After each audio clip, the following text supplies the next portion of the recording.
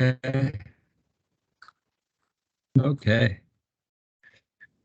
So really with templates provide us this ability to, emit code to a certain lack of a better term. Really within the internet and web development, you find that particularly from a full stack perspective or just using JavaScript and HTML and CSS and just writing code, you often have to sort of format a bunch of data in some way and then send that to the browser or send it to some other object or some API or send it somewhere else. Like that's the internet is this big network of servers and computers all over the place. And essentially they're sending packets of data all over the place, right? And there's certain attributes of the internet and the way it's built and the TCP/IP protocol that guarantees that all the packets of information get to their destination. Um, and when they get to their destination, they get, put back together and render a web page or something, right? Or it's an HTML page. Like the idea of sort of, a packet switch network or whatever you want to call it, which is what you should be calling TCP/IP because it is a packet switched network, is that there's these packets just flying all over the internet and rendering web pages, right? So that's kind of what we do when we're coding, is that we've got to put together a bunch of code that actually ends up meaning something at the other end, right? So here I may have some HTML and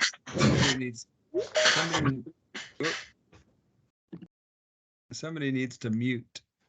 I wonder if I can see that. There we go. Maybe it's Brandon. I don't know. Brandon's, who else do we got?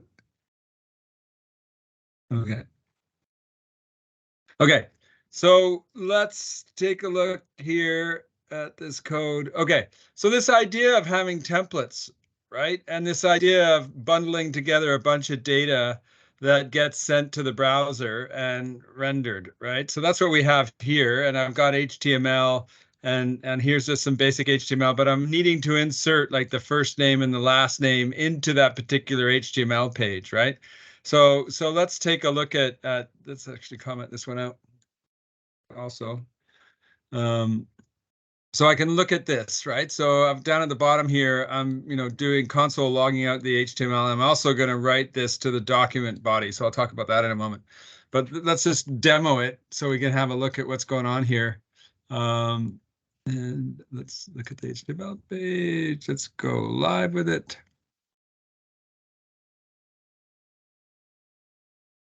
Okay, so you can see here, there's the HTML got rendered, right? And I've also got it here in the console, right? So I emitted to the console. Let's refresh this. Okay, right? So here's that HTML page because I wrote it out to the console with the this console log. So I wrote it up, but I also displayed it into the inner part of the document, right? So I'll talk about that in a moment. So that's what we've got, right? Which is nice, right? So there it is just HTML. But then also here it is as rendered on a web page, right? So when I turn around and I look at just this web page, that's what's rendered. And I look at the page source and there's a whole bunch of stuff there, but where's all that other stuff come from? Anyways, this is all coming from the scripting, and there it is. There's the script that got rendered. But that's weird. Anyways, I'll close this. But the point is that we've got this as what got rendered to the screen, and that came directly from here, which was this HTML. It swapped in the first name, which is this first name, and it swapped in this last name, which is this last name, and so forth, right? The age and the city, right? So it just pushed that all in there. And which is kind of nice because now we've got a web page that actually has dynamic values. If this came from a database or something, this first name and the last name and the age and the city all came a previous step from a database, and I could render this web page with this HTML, and it's got dynamic data. And I've built this string that is kind of a blob of data, and it takes a bit of work of mixing up, these field names with plus signs and quotation marks and unordered list and the list item, and that's the HTML tags. That kind of works and it makes sense. It might be hard to maintain, but this kind of what we do. You need to create an HTML string and then emit that out to a browser, right? Now, you could also do things a little differently, right? You can start getting into formatting things differently, which I think in my mind is pretty important because, all this is a single line of text. It is kind of hard to maintain. It would be much nicer if at least it's a block of text like this, so I can read it and I can look at it. So let's comment out this line of code and let's take a look here. And this will just display the same thing. But the point is that this is more maintainable as a block of code, right? So when I look at my browser, it's still got the same thing. Let's refresh it. And you can see here, even when I look at inspect it, and I look at the console, oh, not working.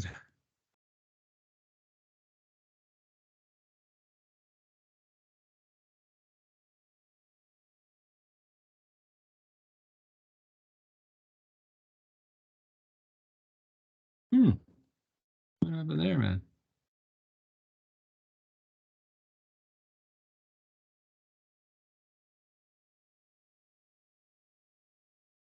Why am I not getting the console come up? Did I comment that out? No. It's got console log HTML. I don't know what's going on here. Anyways, the point is, let's not get distracted with me debugging this demo. So this is the HTML, right? And I've got them all, I put line feeds in between them. Pretty much the same HTML as this here, but that's a little bit easier to see in a single screen, a little bit better from a formatting perspective, as far as I'm concerned. It kind of works nicely. Same sort of thing when you look at this from a string perspective, right? If I want to write out the string value here, I'll do it here. Right? Console log a string. Hopefully this will work. Maybe I'll have to figure out why it's not working.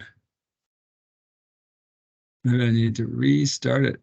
Go live.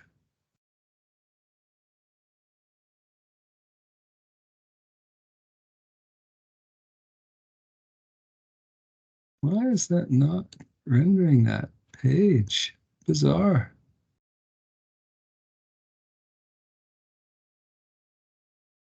Anyways, we could look at the body tag, and that's that there.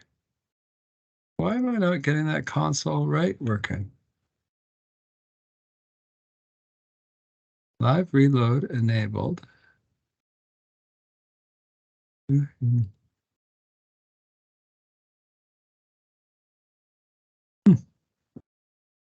Weird. If anybody knows the answer, I'd be more than happy to listen to it. Why am I not? Why can't display because you're zoomed in on the live server? Maybe I am. Why don't I see if I zoom out? I don't think it's zooming would have it, but anyways, let's see what's going on. Anyways, it's not really going to be that. Live reload.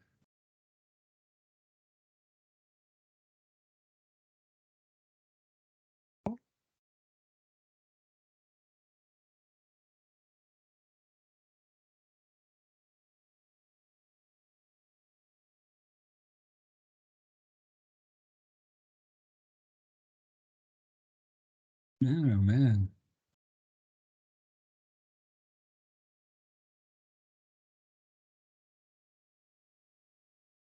Huh. There you go. Is that maybe what you meant? Okay, so here, welcome Danny and his friends. We've got from the template, right? And then we also have the HTML, right? So welcome Danny and his friends. So let's take a look at what's happening here, right? I've got welcome Danny and his friends. There's a string put together in a string. There's an HTML code put into an HTML variable, and it's all good. It's displaying the string just fine. And then it's also displaying the HTML, but it's also putting it into actually putting it into the web page that's here too, right? So that's what's sort of interesting that's going on here with these strings, right? Like this is what we have to do, and this in a roundabout way becomes a little bit kludgy. It doesn't, sure, you can do strings like this, and strings sometimes, you know, it works to have strings, formatting them like that. But what actually happened was this idea of template strings, right? Um, so you can, you know, I mean, you can create functions if you want to do this sort of stuff, right? Um,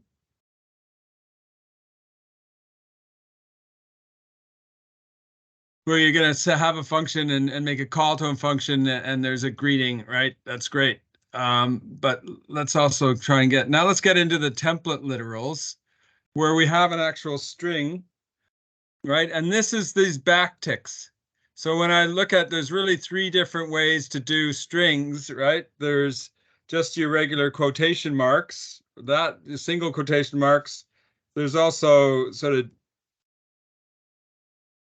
single quotation marks, there's double quotation marks, and this new one, which is known as a backtick. And this backtick is, at least on the PC, it's in the upper left-hand corner. It's these backticks, and these are like the superpower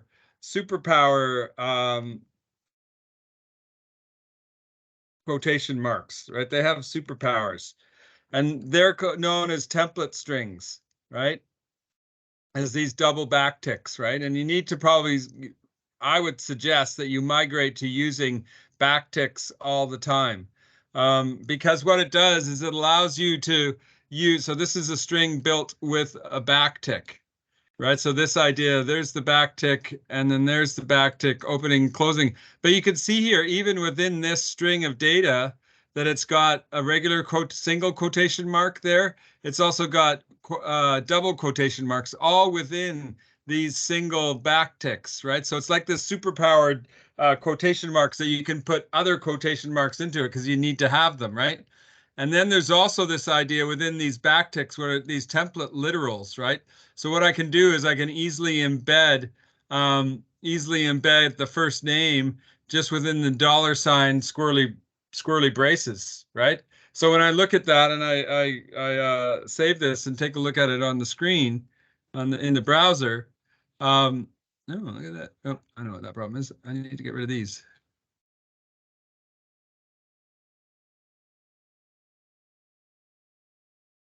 Okay, let's try that again. There you go. Right. So you can see here, it wrote out a sentence and it did swapped in the values that we in and even left the quotation marks the same. Right. So it's a string of data with a variety of quotation marks on it, and they didn't screw it up. If I tried to do that with regular quotation marks, things would, like, even single quote, that the whole thing in a string of single quote, that's not going to work. I've got errors because this is where that string ends, actually, with the single quote, right? On that quotation mark with the for friends, right? But if I go back and even if I do double quotes, sort of a similar thing, not necessarily in the same place, but you see here on quiet, that's where that string actually ends, and it doesn't really work. But with backticks or template literals, is that it gives me this ability to actually have, these are what's known as the template literal, is you have a field of data that you're able to actually embed right in the string. So it makes for an easier way to code up something. And then also within the template literals, there's this idea of the escape character, the backslash. And I spoke about this a couple of days ago. And so you've got, this is a much more nice to formatting a string than other issues that came to where you had to have plus signs in between things and things like that, um, which is super nice. Then also this idea of being able to do the same thing with this idea of an HTML. Like, let's really get sort of complicated here. So there's a block of code, right? It's between a backtick. And the nice thing is if I'm having to render this HTML because I have to send it out to a web page as a sort of a widget or a piece of a web page, to have it, you know, formatted like this, and the use of template literals in here certainly makes it much easier to read and understand, and also easier to code in my mind. So here within the template literals, the nice thing is you got a whole bunch of things that you can do. Let's take a look at this first. And then I'll walk through it in a little bit more detail. So here we go, right? We've got this whole HTML, and it's just regular HTML. So what's actually getting emitted from this page is it's actually, rendering these template literals in line, right? So that what comes out at the other end is actually pure HTML, right? No, this doesn't help with this live server stuff going on in here.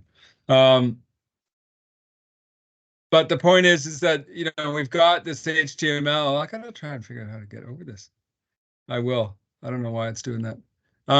But you can see here that here's the pure HTML that I'm just writing out to the console, right? And it's figured out, changing data values, doing the math, has a function that was embedded. So here we've got simple math, 34 plus 66 equals 100. That was true. That's what was in that part of the field, right? Right, we got 100. We've also got this message that came out, welcome to the machine. And then we got this idea of using a ternary operator. So we've got, here's this greeting. We're even able to, within template literals, if we need to, we can actually make a call to a function, right? So, and here's this function up here that we created, is the idea of having a template literal that's returning a string of data. So we can make a call to a function if we need to. We also have this idea of doing some sort of evaluate something to be assessed, like age is less than 65, and then give either a value, make a choice. Is this, if it's less than 65, display this, otherwise display this. So you got this ability to have a ternary operator all within this template literal. So it gives you a fair bit of power within your strings and rendering your strings and putting your strings together, right? So even here, the things like you could have a ternary operator based on temperature, right? And this sort of idea. So that's sort of quite a nice piece. And I could strongly suggest that you spend some time trying to get used to using template literals and building strings this way, because it does everything that a single quotation mark string can do. It does everything that a double quotation mark string can do with less issues, right? Because even within this idea of using a backtick or the template literals, you can do everything in the string and not be negatively impacted by double quotes or single quotes within your string. So whenever you're creating strings, I would suggest consider using this idea of the backticks and the template literals for all that you do. And it gives you a lot of power when it comes to actually having dynamic data values and being able to render code that looks nicer and is easier to maintain and that sort of idea. And then just this last line of code, which is this idea of the document body here, right? So what was really happening here is this is within JavaScript, and I'm not sure if you're familiar with this yet, but this idea that we have a full document object model, right? So what's known as a DOM, or the document object model. So this is a sort of a global variable that's available to you called document.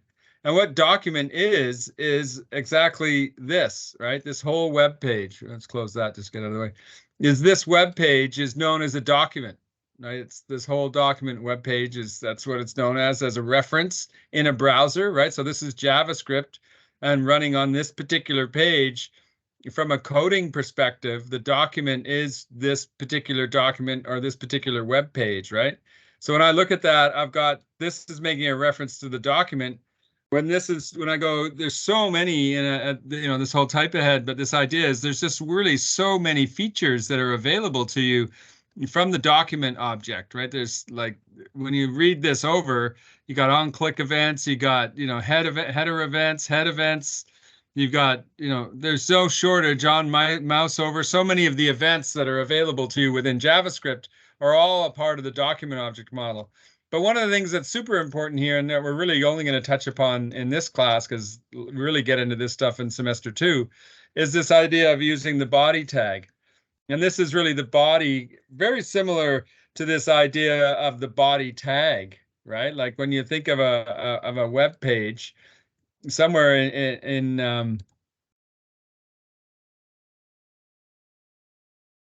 somewhere in here, you're going to have a body tag, right?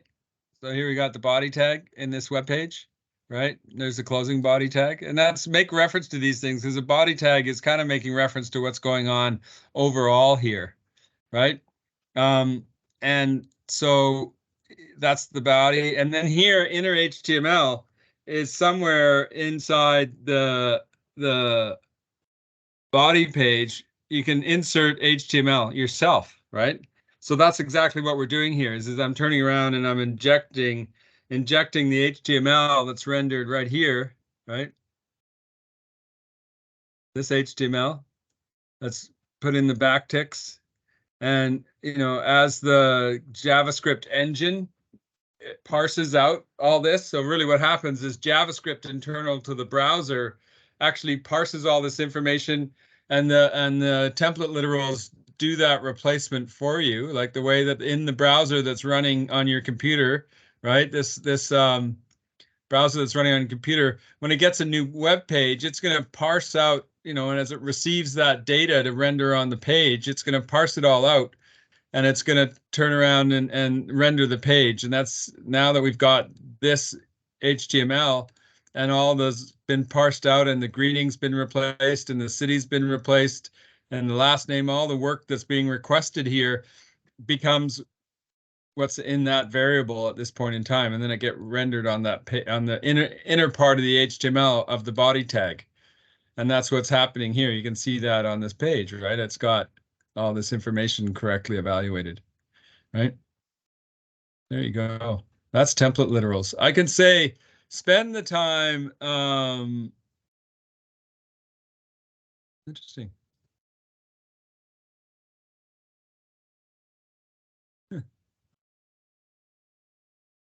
Anyways, I think that the super important to put in your mind for JavaScript, particularly when you work with JavaScript, is this idea of template literals and the backticks. You will find it's super powerful for you, particularly when you start getting data from a database and you're starting to work with HTML and data at the same time, and how do you render that and how do you format it correctly and things like that. Anyways, I just sort of call that out. And then that's how you want to, if you want to emit something to the currently loaded web page, that's how you do it here, is that you just insert or inject the HTML that you rendered into the inner HTML of the body tag of the current document, the current web page. Okay.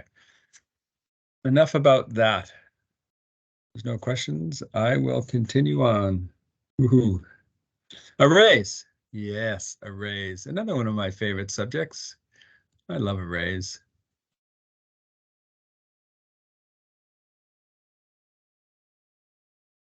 Let's close these. Okay. Where are we here? Okay, arrays. So arrays can be a whole bunch of things, right? So I could turn around and create an array of integers, right? So in general, arrays are arrays. Pretty much the same across all programming languages. Usually they come in sort of a square bracket, often, and then there are a bunch of numbers or other kind of variables. It could be words, it could be an array of words, or it could be a variety of items. Actually, there's no reason why it couldn't be a variety of items. And in a roundabout way, a sentence is actually an array of single characters, right? And we kind of looked at that yesterday when we were looking at string manipulation, right? Look, so that's kind of a neat thing about what we got with arrays. Most arrays are zero based, really, right? So that means that they start at zero.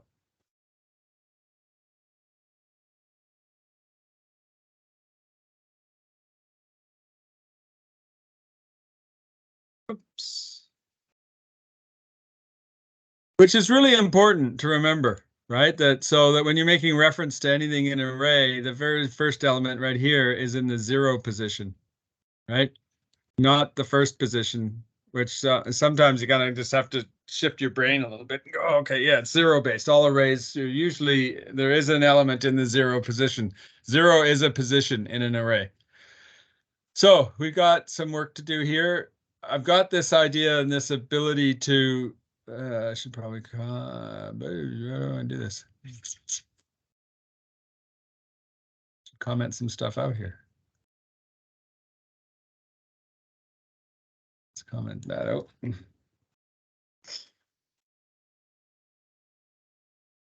Okay.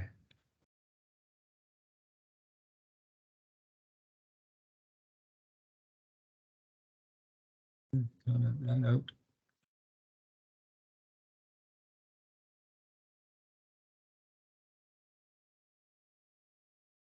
Let's just build on this a little bit at a time. Okay. Sorry about that. Okay.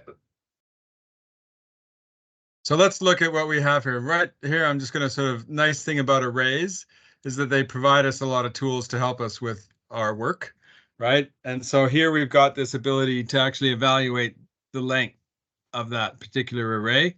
Same thing with the instrument. So length is actually telling us it's counting the number of elements within that array, right? So let's save this and let's close it. Let's go open it up in live server.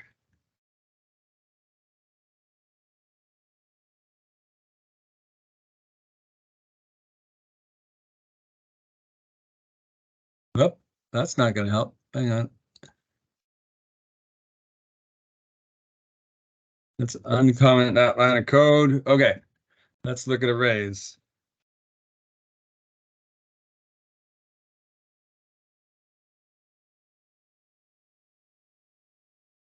Oh no.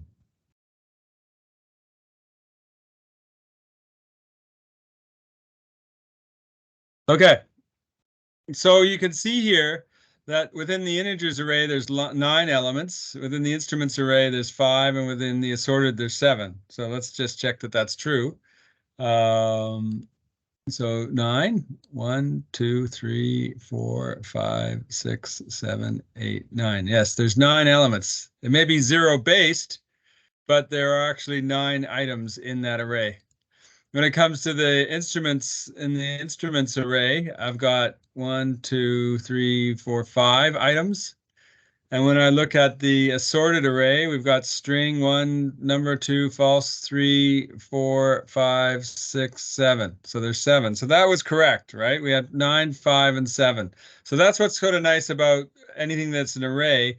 You'll find that this idea of the length of an array will become your friend because you will often find that things that come to you in code are going to be in arrays, and you might have to iterate over the array to be able to display all the data from the array to the screen.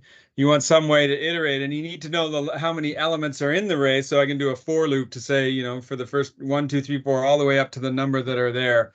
So that's sort of what is super valuable about the length variable.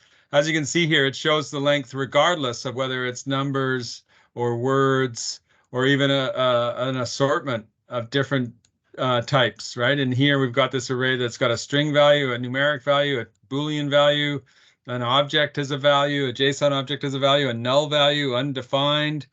These are all sort of, and even a new date is a part of this array, right?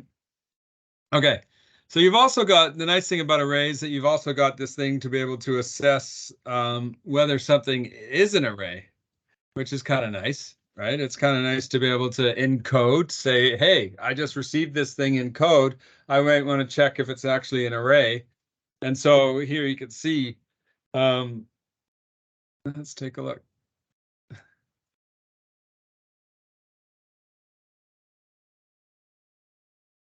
So we got integers as array is true, assorted as an array is true, words as an array is false.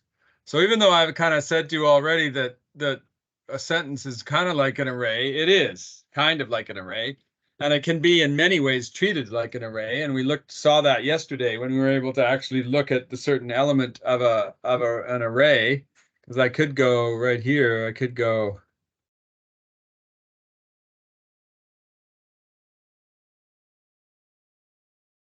Hopefully this will work first time. Words, square, where are my square brackets? There it is. One. Let's see if that works.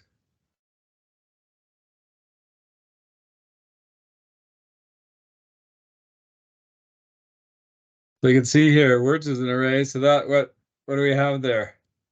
I have in the first position would be H. So in a roundabout way, you can treat an array, because I'm making it an address to that particular position. The very first position in 0 is can be done that way, right? So we kind of looked at this yesterday, but there's some truth to that matter, right? The is the first word. So even though the sentence is not considered an array, to a certain extent, it can also be treated as an array. And you'll see that through time. Anyways, so let's continue on. Let's look at getting the values, right? So let's get the values out of the array. So here I'm going to just say, what's in the third position, right? And I'm doing the same thing for instruments. So let's take a look. So POS is the position, and I've given it a number value, and then I'm just inserting it into that element, the square brackets, to say what element in that array am I looking for. Again, this is probably more similar than different to Python, but let's take a look here. The value in position 3 is 87, and the value in position 3 is the tenor banjo. Let's check that out. Position 3, right? 0, 1, 2, 3. Again, 0, 1, 2, 3, right? So 0 based, right? So awesome. Did what we expected. And I can turn around and go 0.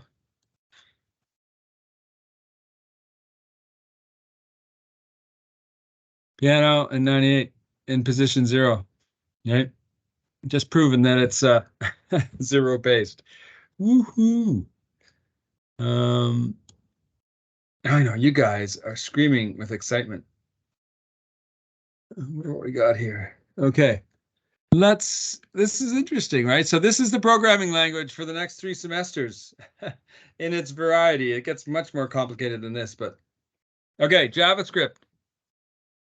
Here I can even set values if I so choose to, right? I can, in a certain position in an array, I could set a new value there. Same thing with the words, I can set a new value, right? So I can turn around and set a certain position in this key value pair, right? So what is known here, and this concept of a key value pair is really quite important, right? So when you look at it, the key value pair is the key here is 0 and the value is 98, right? The key here is 1 and the value is 56. The key here is 2 and the value is 345, right? So these arrays are often in this idea of a key value pair where you've got a key to access the element and then what is the value at that particular position. So the key value pair is often here. So this is what we're doing is where we're actually taking in the key position of 3, we're going to put the number 345. And actually what I want to do here, why don't I do this? So we can see it before and after. Let's do some template literals. Let's go before, and then go $, squiggly break it. Let's close this. Whoa, what happened there? Uh-oh. Let's go squiggly break it, and let's put the backtick. Okay. So there's a template literal that I got before, and then why don't I go after?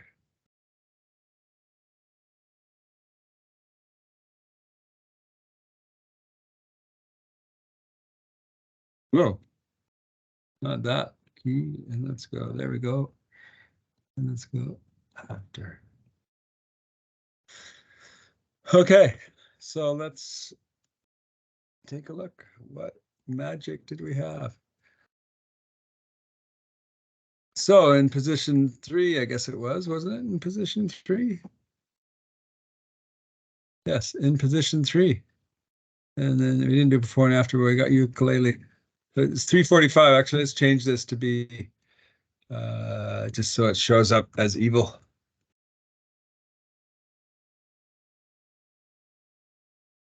Right? So there's 666. So there's the before array. position 3 was 87, and now it's 666, right? So before and after, we were able to swap those out. Same thing with ukulele is in this particular position now, right? Whatever we did in code, position 2 is now ukulele, right? So it gives us the ability in arrays to update values that are in the array. Again, arrays are a place that we store data that we work with in our software programs, right? Okay. You can insert values in.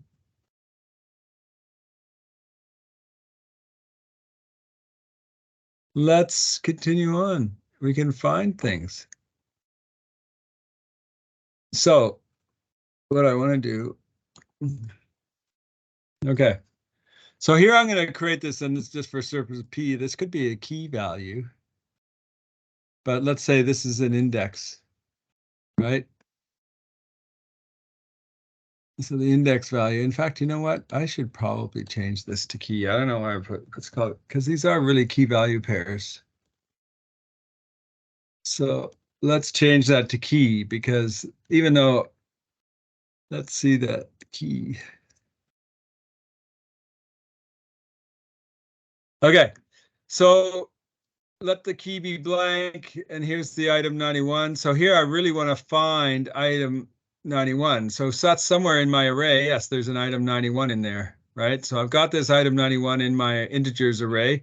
Let's find where its position. Where is that? So in my integers array, I can find what is the index of the item or the key value, right? And the same thing I can do for words, right? So here's the item is flute, right?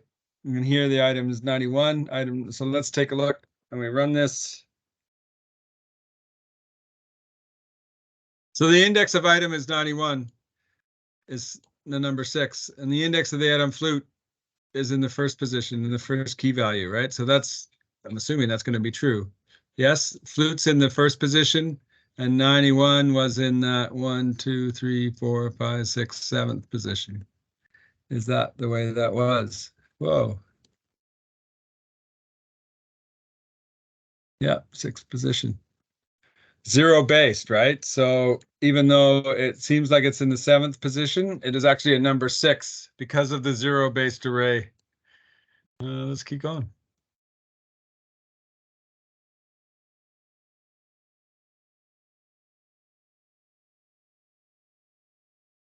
So I got this idea of pushing and popping, but let's start with push. So this is the idea of being able to add something to the end of an array, right? So if I want to add a new element to the array, I can, it's known as pushing something. So it adds things to the end of the array, right? So again, you know what I should do is go before and after.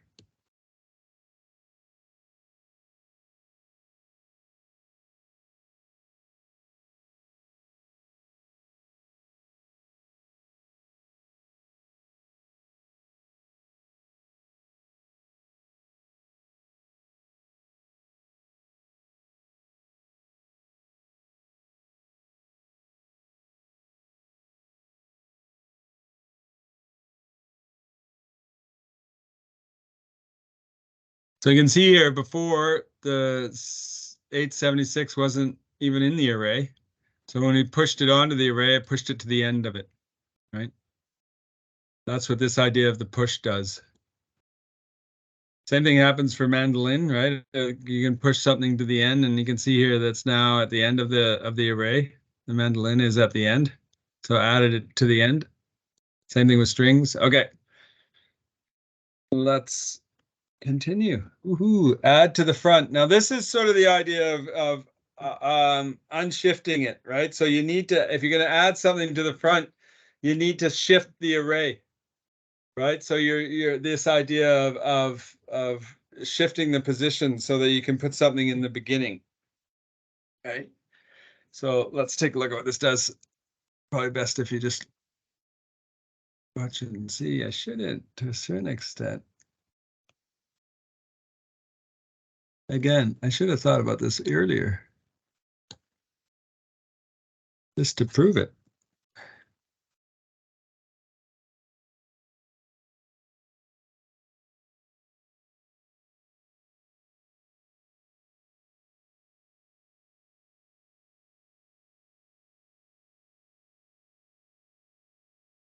Right, so you can see here that what I did is it shifted things, and I put it on the top, put it in the front, and pushed it on the front instead of at the end. Right, is there any questions? How are we doing?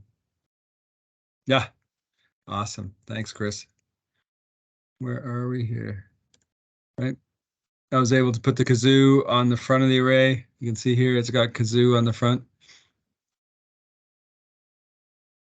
So really a lot of things that you can do with with arrays and a lot of properties that are available, right? So back to this idea of go like instruments, it knows that it's an array. So dot, you can see that there's no shortage of properties and methods that are, so the difference here being that anything with these weird cubes on it, I mean, it's work, it's like a function. So that's the method. And where it's just ABC, these are more like a property, right? So you've got properties of the instrument, meaning that that's sort of like my first name is Peter, so I have the property of Peter, right? But it also has, when it says my method of work is one of the things I do for work is I'm a faculty member, right? So it's more an action of teaching, which is sort of methods and properties and methods. But in this drop down here, I got this dot notation, and that idea of properties and methods will come up again and again through this program, is that you've got this idea of all these things that you can do. And that's sort of what we're looking at here is just the main ones, just to get used to using arrays. Right? So let's look at this last one. We're almost there. Hang on.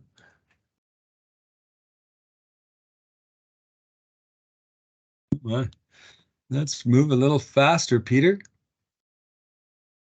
Let's popping things. So let's take off the end. I'm not going to do the before and after anymore.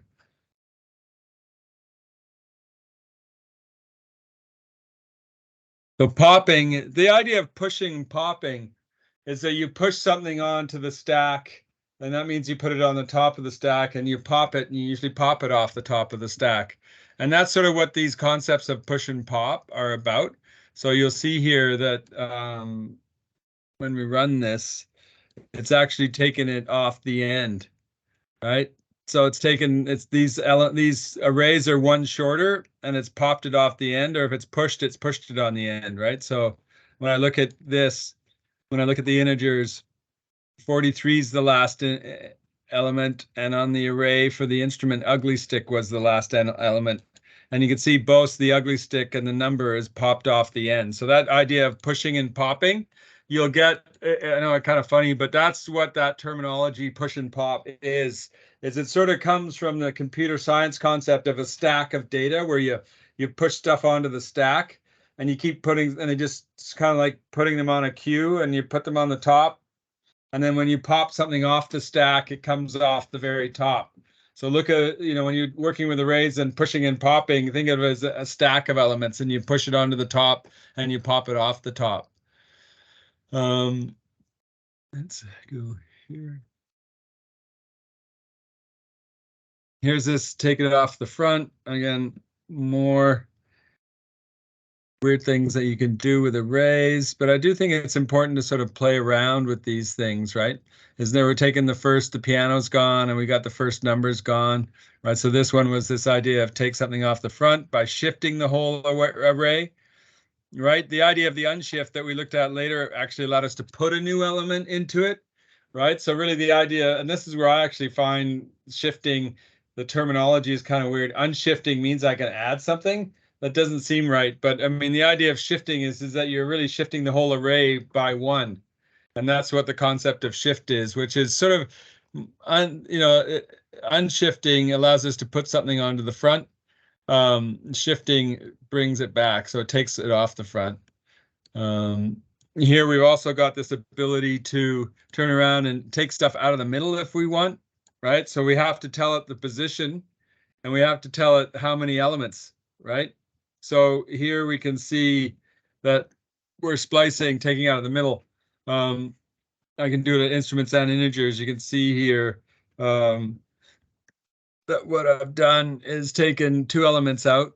And here actually, in the piano, I took two elements out of the middle, right? And then with the, so here we have, where is it? Right. Actually, starting in position 1, I take 3 elements out. And then for this one, starting in position 2, take 2 elements out. So that's what the splicing does for us. If we want to, we can even reverse the contents of an array. Woohoo, how much fun is that?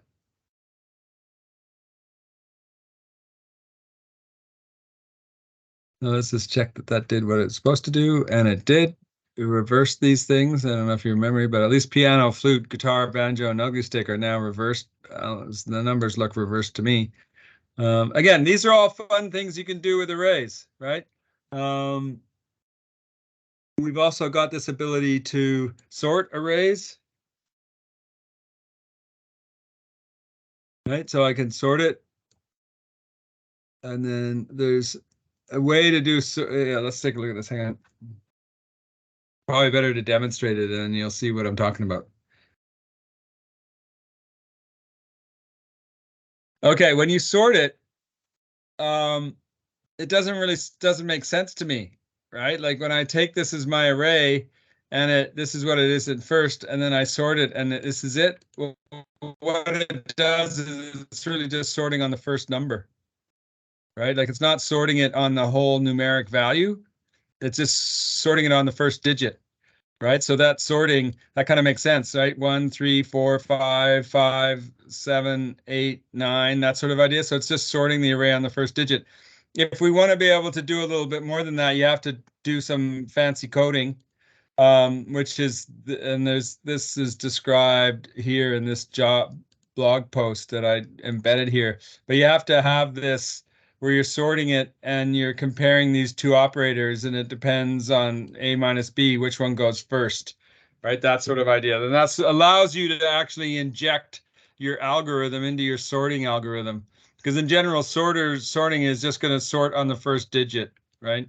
And then, but the sorting also works on instruments, right? So you can see here on string words, right? So E, F, G, H, I, L, N, O, P, Q, R, S, T, U, V, W, right? So it's sorting it on the first letter of the word, right?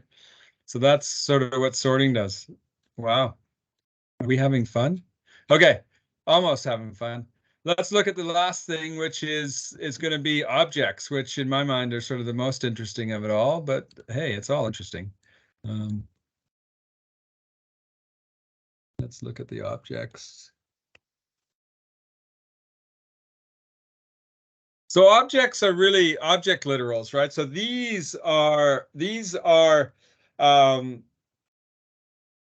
objects of data.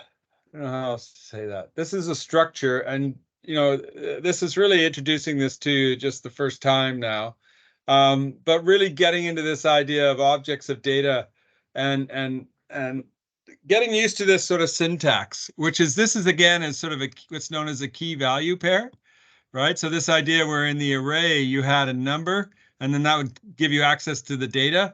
This one, you've actually got a name. You've got a named key, and then that takes you to your value, right? So that's the thing that's sort of interesting. You've got in these squirrely brackets, you've got a whole person, right? And all the data for a person defined within these squirrely brackets, right?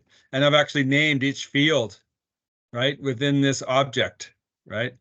And the thing that's neat about these objects is you could also include functions if you want to, right? So here I've got, let's take a look at, let's comment these out.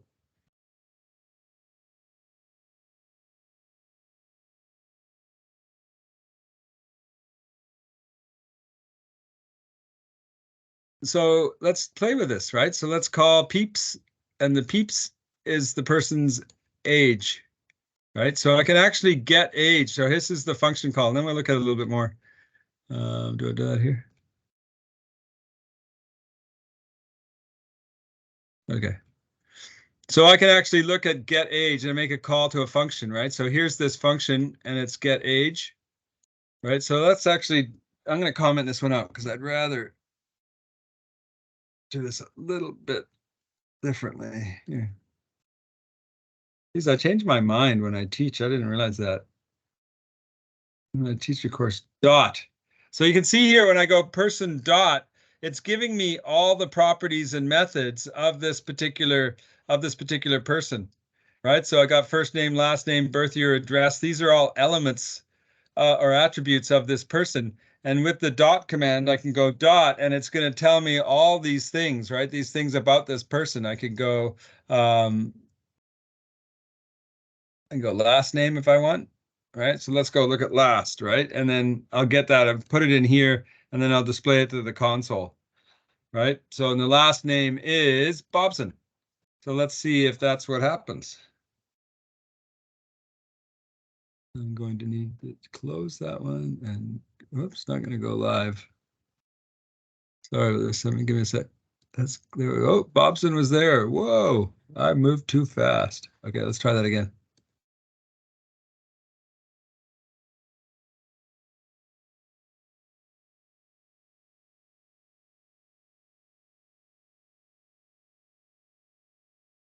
So there's Bobson, right? So it actually turned around and actually emitted that reference, right? Which is super useful in my mind. When we get used to using objects, you'll be using objects a lot. So get used to this sort of squirrely bracket idea and the key value pair concept, right? There's no reason why I couldn't even go further with this, and I could go dot address and then dot again, right? Which is, let's say, postal, right? So then I could take a look at that, and it gives me the a way of organizing my variables, because this is really like a variable, right? This is a popular, like a super variable. It's a constant, but it's a person, but it's also considered an object, right? And then it makes it easier in code to make reference to certain data in a way that kind of makes sense. So let's take a look at the postal code. And you can see here, it's just ejected or emitted the postal code, right? Let's move on from this one. And let's look a little bit more at the boats. Okay. So here's another one. Let's try to make it more complicated. Whoa.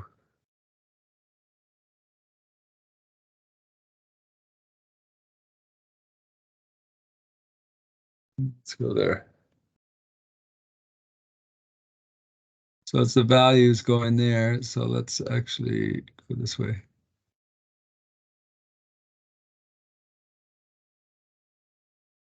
Okay, right. So we got the name is Irish Stew. Things that are kind of interesting about this whole array. Here's a bunch of elements of data about a boat. I've also got an array within this particular object, right? This object literal, which is an array which has its positions, its different sails. It's also got its information about moorage and what dock and berth it's at, and any kind of URL. Like it's got a whole bunch of information, even a way to calculate the age of the boat if I want to, right? So this is a pretty realistic and complicated object, which you would get from a database or somehow you're collecting data. And you can see here that what I'm going to be able to do here is actually display what's in the value, right? So let's take a look. Woohoo. Irish Stew was the name, right? I can go, let's just look at, I won't look at all these. Some of these are kind of silly, but whoa. Let's look at the number of cells. Here I am accessing the array and its position, right? And here it's going to say 170% because that was, well, if you're in the sailing, that's sort of the percentage from that. 100% is that triangle, the right triangle from the mast, foot of the mast to the bow of the boat to the top of the mast and back down. So that right triangle in the front of the boat is considered 100% sail. Just trying to make it more interesting this lecture. So 170% means that jib that you have up, in fact, it's no longer called a jib anymore. It would be called a genoa. But because it's greater than 100% of that space, it gives a percentage. So this is 170% of that space is the size of that particular sail. So really, you're going to have different sail sizes depending on the strength of wind, right? That sort of idea. Anyway, it's not a sailing course. But the nice thing is that in position 4, I have this ability to see 170%, right? Any questions? Okay, there you go. Cool. You let's look at that. So we've got sales, we got 170%. I won't look at that one, but let's look at the moorage. So you can even, as your objects become more complex, right? You could still use them, right? And here you've got like boat, moorage, berth, mooring, right? So here we've got boat. This is the boat object, right? And then I've got moorage, and then I've got berth, and then I've got the mooring, right? So it actually, I'm able to sort of walk the whole structure with the dot notation, which is good, right? And so let's take a look. And woohoo, there we go. It's in berth mooring 12. And then also we can make calls to function calls that we have, right? So if I happen to have written a function, which is a method or a property or method, and I've got a function and it calculates the year and just figures out how old the boat is, right? So let's look at the get age.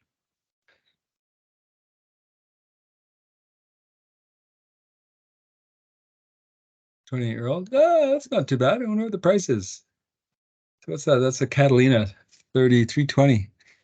1995, 28 years old. That's a nice boat for a couple who wants time alone. Anyway, so let's comment this out.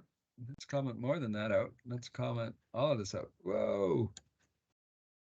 There we go. So let's look at these idea of also arrays, right? Like let's look at this a little bit. And I'm going to start looking at this looping structure with arrays, right? And you're going to get lots more of this just to let you know. Particularly this looping. So here we've got peoples and their age and their experience, right? Like this is just an array, and it's an array of objects, right? Like this here is no different than what we had here for the boats, right? I just put it all in one line. There's no reason why it couldn't, be like that and start formatting it, more similar to a what I just sort of demonstrated, right? As objects, right? So there's an object, just had it all in one line, but I've got an array of them. They're all separated by commas, right? Except the last one, it's the last element. So what we have here is we actually have an array filled with these data objects, right? And what happens is that we have this great ability to actually walk an array with a for loop, right? So here we have a for loop, and we'll get more into for loops. This isn't the only time you'll see one, right? So here we've got let the accumulated be 0. So I'm trying to count something, right? So I can say let I equal 0 because arrays are 0 based, right? And then if the I value is less than the length of the of the of the crew for the boat, right? Like that crew dot length, because when we looked at arrays earlier, I had this ability to figure out the length of the array, right? And so here we are in the objects. I can figure out the length of the array, so then I can get a for loop, let I start at 0, and then I can increment it every time I go through the for loop. So I plus plus. So I is the counter, and I'm starting at 0. If the counter is less than the size of the array, then keep going, right? And every time that I go through a for loop, I increment I by 1. That's kind of what this is doing. But the neat thing is that I could actually write out to the console, well, who's the name of the crew based on that position in the array, right? So I could go crew and I, which is the counter, and still use the dot notation of the name, right? So, and that's what this will do. It'll write out to the console. And then I also actually want to start doing some math on the accumulated experience of my crew, right? So I can do the same thing here as I got the position in the array based on this loop, and then, what experience they have as a value here. Value is 5, 19, and 8. So then it gives me this. So let's take a look. Let's take a look. How fun are we having? So Joseph, Nadil, and Satnam are all our crew members, and they have 44 years of experience. Let's hope that we place well in today's race with that amount of experience. Or maybe not. They might start arguing. Race sailboats are notorious for that. Anyways, that's all I got today, man. I'm only 1 minute over. Woo!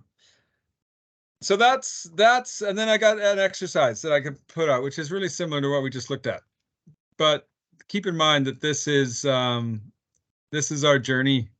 This is actually today's lesson, if you were paying attention, will probably pretty much answer the whole QAP. So Maurice is going to issue a QAP, and there's a description of some work that you have to do, and there you have it. It'll be there on Monday, and everything, all the answers you need are here. I will make sure I publish this out for you guys. But it is already available in that GitHub repository. But I'll make sure that I publish it out so you guys can take a look at it. So there's no questions. Let's take a break. Yeah, that's what I'll do right now.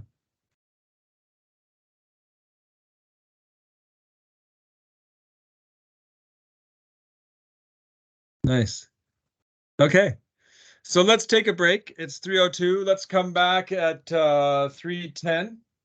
I have no lecture. Show up because you got a question. But if you have no questions, you don't have to show up. It's optional. Support sessions are optional. So I will publish out the exercise right now before I go. And then let's take a break. Be back at 3:10. I'll start up the support session at 3:10. So thanks, guys. Maybe I'll see you at 3:10. Maybe I won't. Happy coding.